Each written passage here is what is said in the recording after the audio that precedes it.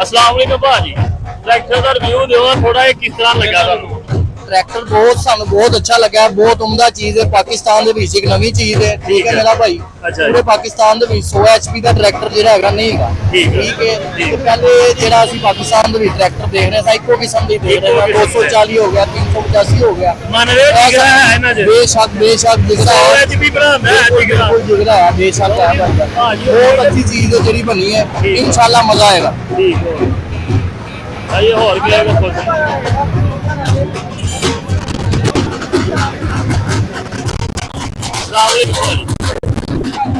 Tractor किस तरह लग गया तुहानू बहुत अच्छा बहुत अच्छा कितनी चीज लगी सारी वो तुम्हारी वो देख खराब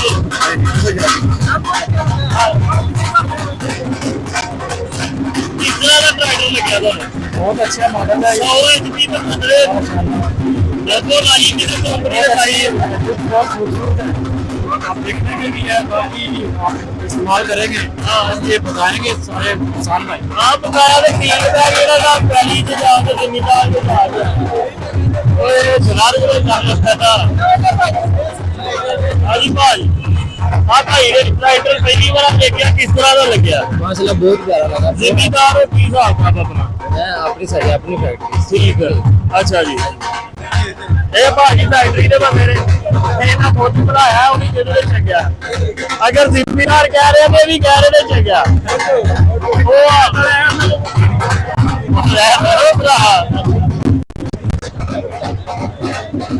अस्सलाम वालेकुम भाजी ਉਹਨਾਂ ਨੂੰ ਰਹਿਣ ਦੇ ਯਾਰ ਉਹਨਾਂ ਨੂੰ ਉਹ ਭਾਈ ਵੀ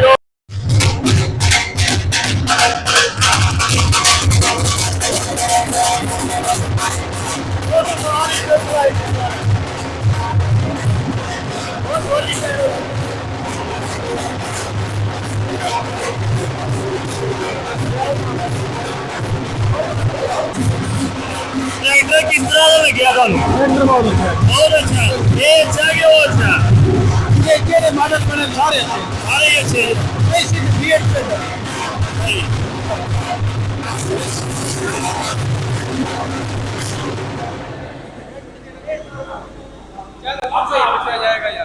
अस्सलाम वालेकुम चाचू जी वालेकुम ਕੀ ਹਾਲ ਹੈ ਠੀਕ ਠਾਕ ਸ਼ੁਕਰ ਸ਼ੁਕਰ। ਅੱਛਾ ਟਰੈਕਟਰ ਚੈੱਕ ਕੀਤੇ ਨੇ ਆ ਵੀ ਤੁਸੀਂ ਉਹ ਵੀ ਕਿਸ ਤਰ੍ਹਾਂ ਦੇ ਲੱਗੇ ਤੁਹਾਨੂੰ अच्छे ने डॉक्टर आदि भी आए ने ਆਏ ਨੇ ਮਿਲਤ ਦੇ ਵੀ ਤੁਸੀਂ ਆ ਕਹਿੰਦੇ ਪਏ ਹੋ देखने का सारे ਠੀਕ ਆ ਇਹਦੇ ਜੀ ਤਾਂ ਉਹਨਾਂ ਦੀ ਕੋਈ ਫਰਕ ਆ मतलब सुथरी चीज बनी है। ਸੁਧਰੀ ਚੀਜ਼ ਬਣੀ ਆ ਲਓ ਜੀ ਪਹਿਲਾ ਆਇਆ कल ही आया चला कल ਭਾਈ ਚਾਚੂ ਨੇ ਉਹ ਭਾਜੀ ਹੁਣਾਂ ਕੋ ਆ ਜਾਓ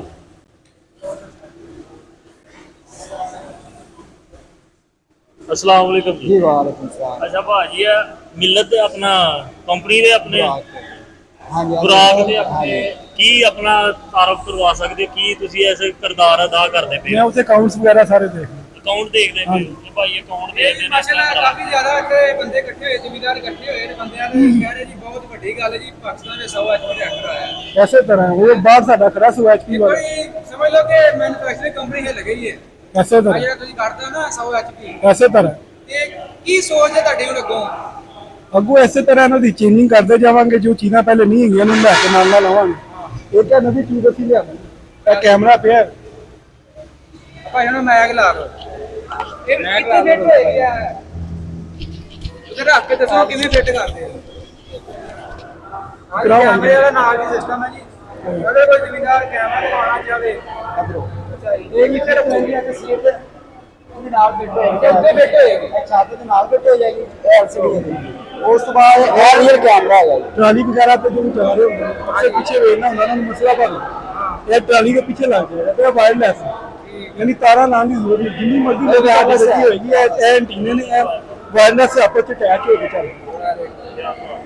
ये ऑन डिमांड मिला करे। ਕਿੰਨੀ ਕੀਮਤ ਹੈ ਅਗਰ ਕੋਈ ਬੰਦਾ ਐਕਸਟਰਾ ਲਗਾਉਣਾ ਨਾ ਇਹ हाँ जी ये साडी उत्ते रेलवे स्टेशन पे लिखा 52,000 रुपया का ये ऑन डिमांड होएगा, कोई लवाना चाहेगा तो लगेगा बड़ा। चलो उस बाद ਅਸੀਂ ਕੋਟ ਲਗਾ ਦਿੱਤੀ ਆਓ ਜੀ ਭਾਜੀ ਬਾਕੀ ਬੰਦੇ ਨੂੰ ਚੱਲੀਏ ਬੰਦੇ ਲਾਈਏ चल के ਆਇਓ ਜੀ ਉਹ ਚਾਚੀ ਹੁਣੀ ਨੇ ਸਭ ਤੋਂ ਇੱਧਰ ਆਓ ਇੱਧਰ ਅਸਲਾਮੁਅਲੈਕੁਮ ਜੀ ਹਜ਼ਾਰ ਦੇ ਠੀਕ ਠਾਕ ਜੀ ਟਰੈਕਟਰ ਵੱਡੇ ਸਾਹਿਬ ਵੇਖੋ ਇਹ ਤਾਂ ਬੜਾ ਬਾਤ ਇਸ ਕੀਤੀ ਵੱਡੇ ਸਾਹਿਬ ਕੈਸਾ ਟਰੈਕਟਰ ਹਰ ਸ਼ੈ ਤੋਂ ਨਹੀਂ ਆ ਜਾਂਦਾ ਕਿ ਉਹ 100 ਐਚਪੀ ਚ ਇਹ 85 ਐਚਪੀ ਚ ਇਹਦਾ ਵੀ ਜਵਾਬ ਨਹੀਂ ਕਿਉਂ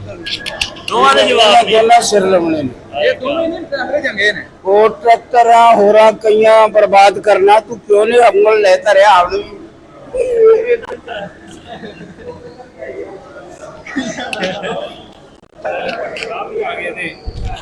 ਟਰੈਕਟਰ ਦੇਖਣ ਤੇ ਤਸਵੀਰ ਲੈ ਲੈ